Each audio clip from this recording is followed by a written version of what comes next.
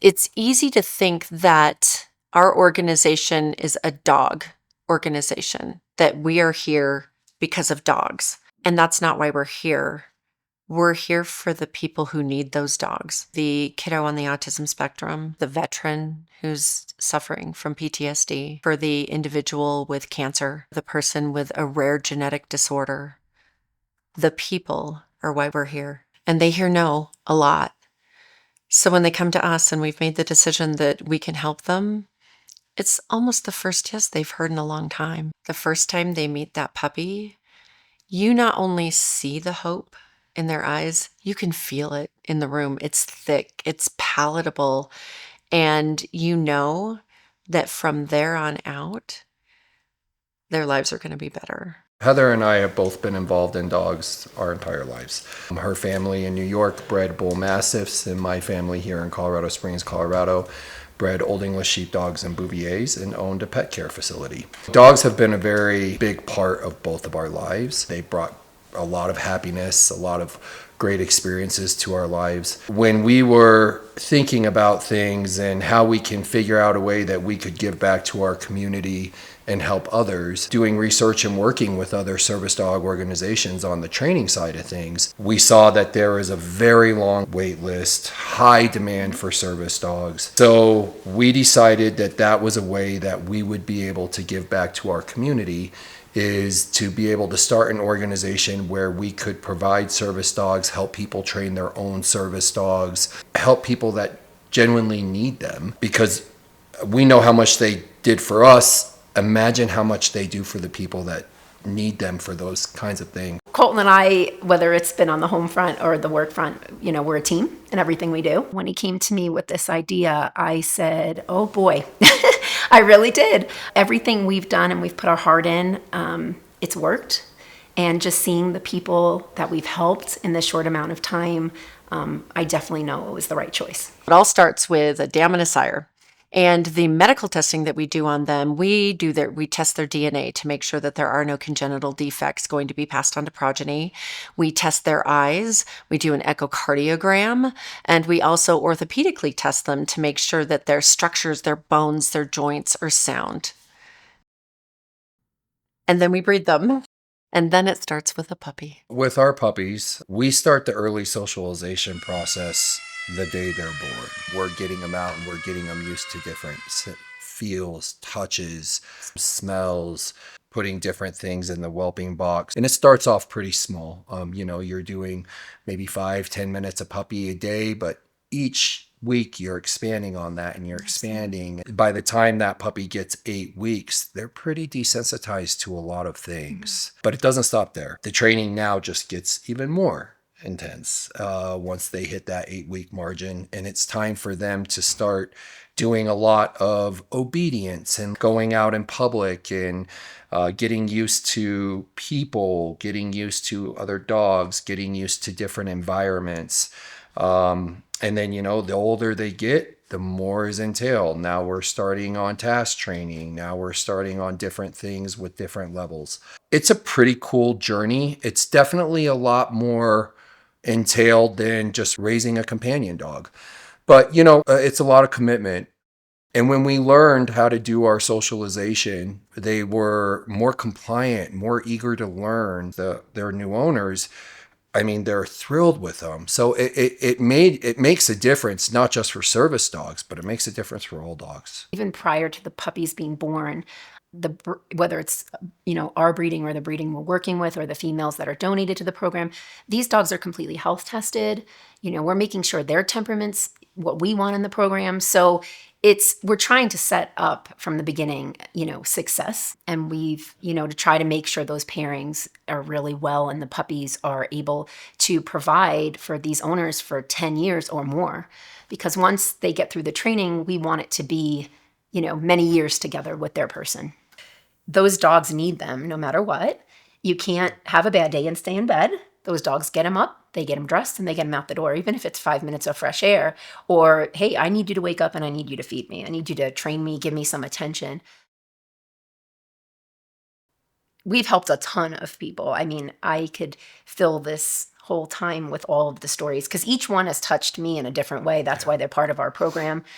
And just hearing the people come to me, I'm usually always crying because they tell you their story and how much it changed their lives. And immediately you know why you do this. You know, Colton and I, we're parents. We have the job, our jobs. We show our own and breed our own dogs, and our plates are really full. And in order to do this, we want to do it right, but it feels good at the end of the day when maybe you're just tired, but you know that you've changed somebody's life. We have 6 graduates currently, and we are helping 20 teams train their dogs right now. And they range anywhere from 4 months of age all the way up to already graduated. We have big dreams over here.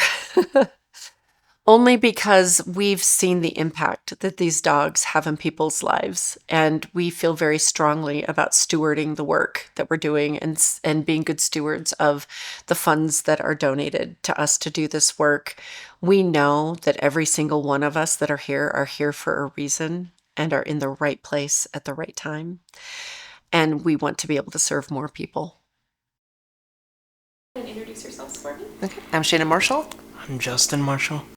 May 29th, 2006 was Memorial Day. We went to dinner, had a nice evening out, and we decided to take a different way home. Don't really know why, but when we did, we had to get into a left-hand turn lane, and it was a stoplight. Teenage boys were racing their cars. 2 of them clipped into each other and sent one into the rear of our car while we were stationary. It shot us across the intersection. We hit the median. We rolled over. Unfortunately, the impact to the vehicle was the rear of our vehicle where 3 kiddos had been sitting.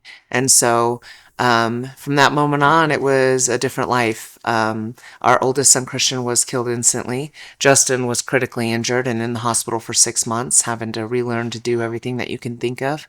And then McKenna had both of her legs broken and her nose broken. In that one instance, your life changes and you are a completely different family from that point on. You're trying to deal with the loss of your child and deal with the loss of your other child, because no matter what, his life has changed also. And so you're just trying to figure out how to live, how to breathe most times. He's got a vision cut. He sees nothing to the left out of either eye. He's completely paralyzed on the left side with the arm. He walks with the brace on his left leg. Cognitively, there's deficiencies there. Balance is always an issue. Different things like that he has, that he's had to deal with and learn how to function through life. And then he had the fusing, so they took out basically everything kind of in the middle here, put a plate in his arm. We had talked about a service dog in the past, and I was like, well, I don't know how we'll make this work. They're exceedingly expensive. They take years to get. It seemed insurmountable at the time, especially when I'm trying to figure out life everywhere else anyways. Perry is mobility. He does an amazing trick, and he is able to pick up the smallest, minute a credit card off of concrete. So Perry can pick up items for Justin. Perry has picked up like your hat. Sometimes Perry picks up things that you don't want Perry to pick up. All the time. Perry likes to walk himself. He'll grab his own leash and walk himself. It's the funniest little thing. Hulk came about in such a different way that I didn't even understand what it would do for me and how it would work for me. But after I got him and he came with me, I realized he senses things that I don't even realize he senses. With working as a police officer, I work internet crimes against children. And what I noticed is he started sensing when I was digging myself into a deep hole. And he would come and he would put his body on mine. He would climb up into my lap saying, hey, it's time to walk away from the computer. It's time to focus on something else. It's everybody loves him and I love him and he loves me. And he's my little ride or die. He's with me all the time. 95% of my day, he's walking. I call him my tail because he just follows me everywhere I go. That's what he does, and that's what he's brought to me. And really, anywhere I take him, in the quiet moments when things feel heavy, he's there, and he kind of snaps me out of moments, and that's what he's there for. You know, he's the PTSD guy, and he doesn't even know. He just lives his life, and he's just happy to be there, happy to be with me. And it's funny because if my children or my husband, we go somewhere and they take him away from me, he watches me throughout the whole entire room, and he'll like pull and not listen to them, and he's right back at my side. Right back at my side. He's my Velcro dog. When I see somebody and they've talked about Service Dog, I'm like, let me tell you about this company. You're changing lives. You're literally changing the trajectory of somebody's life. Whether it be mentally, physically, whatever that looks like, you're changing the trajectory of their lives. And you're taking what they thought wasn't even reasonable because it was out of reach. When you live with a disability, you're already at a disadvantage financially wise because it's costly. And people don't realize that. Now that it's finally here, I think that it's going to be all good from here. To have found something like this in the city was such a blessing, and I wish more people knew about Sunrise Service Dogs because this is just such an amazing opportunity. It's really a once-in-a-lifetime opportunity. It's rewarding to see the people and their team and, start getting out there and living again. And that is absolutely huge that they, they've got a teammate to go tackle the world again. You are making their lives so significantly better